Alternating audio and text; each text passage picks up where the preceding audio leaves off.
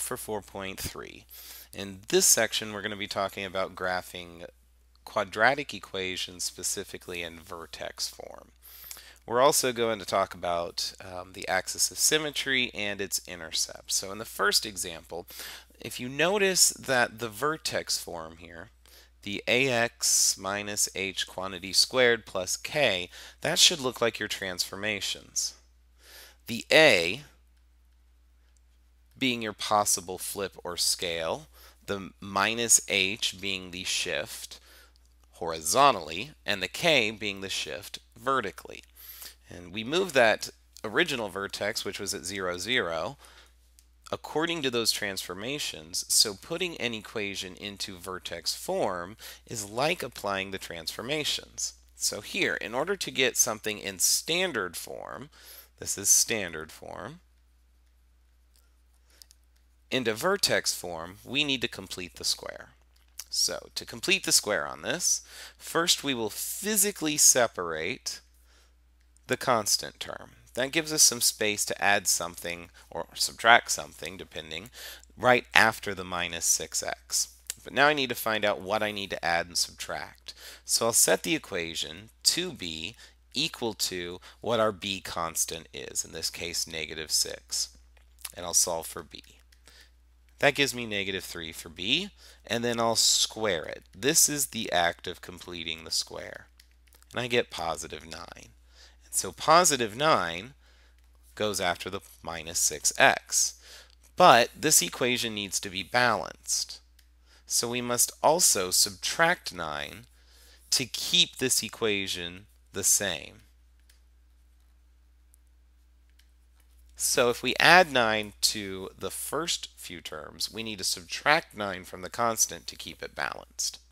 Now specifically, this becomes vertex form. The x squared minus 6x plus 9 specifically factors into x minus 3, that b value we found above in blue. So x minus 3 quantity squared, and the remaining two constants, in this case positive 8 and negative 9, end the vertex form. So if we look at this, h is equal to 3. Remember, we change the direction whenever the operation is with the x on the inside. And the k stays the same. So our vertex here is 3, negative 1. If I were to go over here now and graph it, we'll graph it here in blue. Our vertex is going to be forward 3, down 1.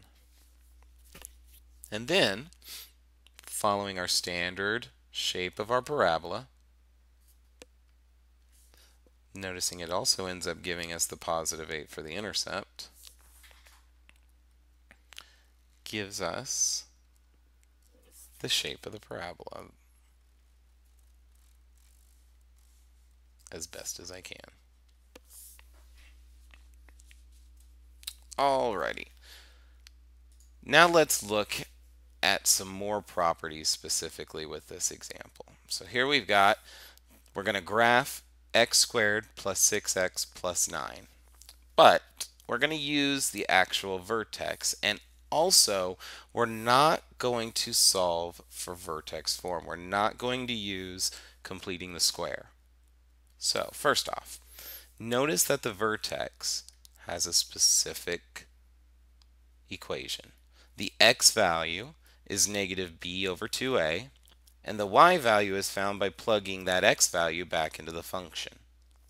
So if I want just the x value for my vertex, it is negative b over 2a. So negative your b value, 6, over 2 times a gives me negative 3.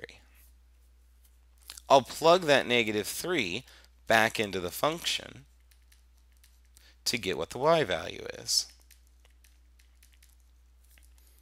And so I get 9 minus 18 plus 9 gives me 0. So our vertex is going to be negative 3, 0. The axis of symmetry is a vertical line that goes through the parabola's vertex.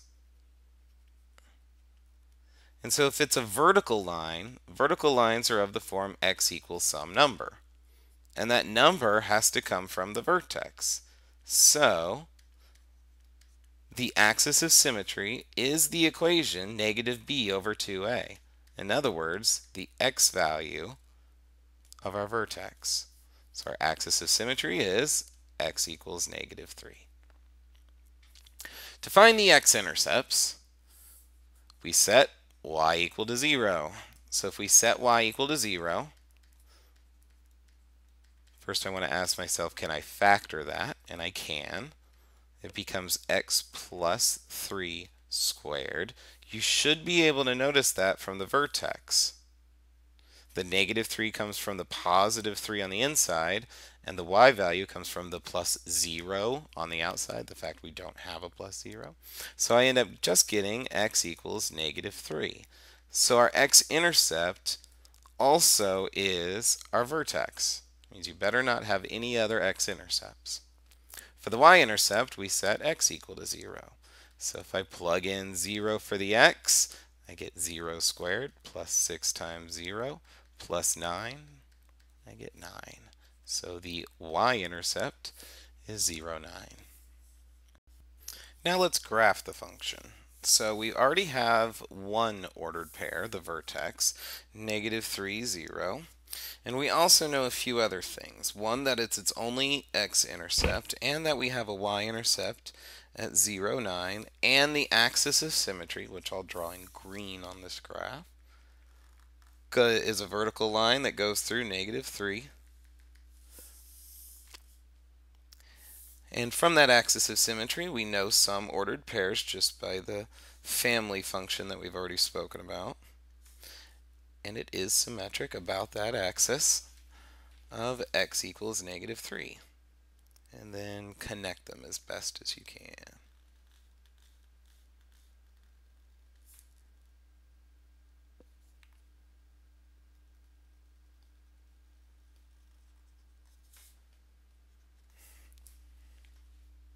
And that is the quick lesson for Module 3. Thanks. And so each of these word problems generally will have an x squared somewhere. So let's look at our first example. Oh, and as well, most of the time we're looking to maximize or minimize something in the function. So let's first find the function. In this case, we're talking about revenue and the price of a certain product. Now, revenue is defined specifically as the price of the product times how much you sell. So to get this function of revenue, we take the price times what we sell. Well, we're actually given what the price is in terms of how much we sell. So we'll take what we know what p to be equal to, negative 1/3 x plus 100, and that'll be multiplied times x. All right, now let's expand this out. We get minus 1/3 x squared plus 100x, and that gives us the quadratic equation that we're going to use to minimize or maximize. Now in this case, we know that it's going to be a maximum. The minus 1/3 in front says that the parabola will open downward, and therefore the vertex is going to be a maximum. We're going to actually use this for the parts D and E in a moment. And so now B, what's the domain of R? Now R represents, as a function of x, what values x can be. So if we think about it in the context of this, you can only sell nothing or higher. It wouldn't make sense that you said sold -5 products. That doesn't make much sense. So our domain for this problem is 0 to infinity. Now let's look at part C. What is the revenue of 100 units sold? So that is asking us to plug in 100 for the x, because x represents the number of units. So if r of 100, that is equal to negative 1/3 times 100 squared plus 100 times 100. Being careful to plug this into the calculator. Minus 1/3 times 100 squared plus 100 times 100, and you get a total of $6,666.67. That is not the maximum revenue. That's just the revenue if you sold 100 units. For part D, we're going to be maximizing the revenue. Now, to maximize the revenue, we're talking about the vertex. So we'll take the x value of the vertex, the negative b over 2a. So we have negative 100 over 2 times negative 1/3. If we simplify this out,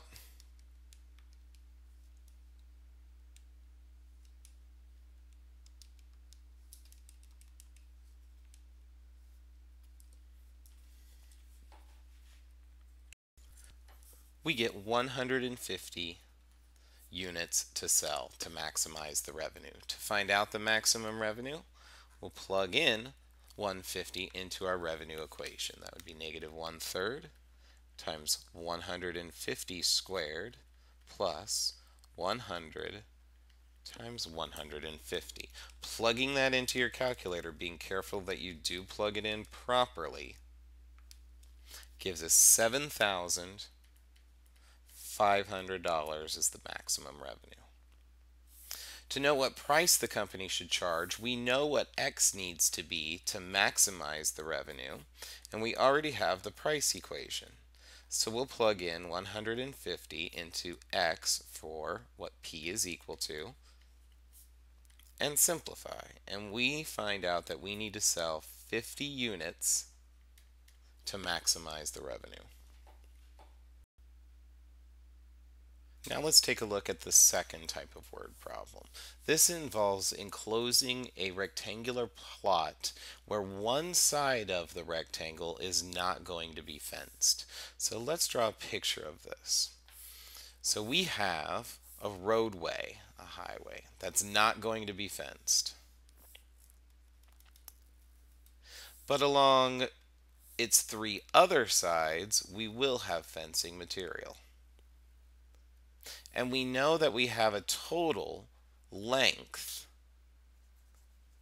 of fence is 2,000 meters. That means if I were to label one side X, since it's a rectangle, in this case the opposite side is also X, then this missing side, let's call Y for now and say, well, X plus Y, the three lengths of the fence, must equal a total of 2,000. If I simplify this and solve for Y, I get negative 2x plus 2,000. So we're going to plug that in as the expression for the other side. Now in this example, we want to maximize the area enclosed. We want to find the largest area of the fenced-in property. So one thing that we know about area of a rectangle is that it's its length times width. In this case, the length is negative 2x plus 2,000, and the width is x. If I simplify this through, minus 2x squared plus 2,000x, that gives us the equation for the area based on the width of the rectangle. Now since we want to find the largest, we're going to maximize this by finding the x value of this parabola, of this equation. We know because the minus 2, it opens upside down, it opens downward, and the vertex is a max. So plugging in the values, we get negative 2,000 over 2 times negative 2. Simplifying this out, negative 2,000 over negative 4, and we get 500, in this case, meters for the width. Now that just tells us that the width is 500 meters. We need to also find the area. So we'll take that 500 and plug it in for the x in the area equation. Negative 2 times 500 squared plus 2,000 times 500. And taking this, plugging it into a calculator, we get 500,000 square meters. And those are two examples of the word problems from 4.4. Remember, work ahead as much as you can. Take the time to do the midterm study guide. And I thank you for listening.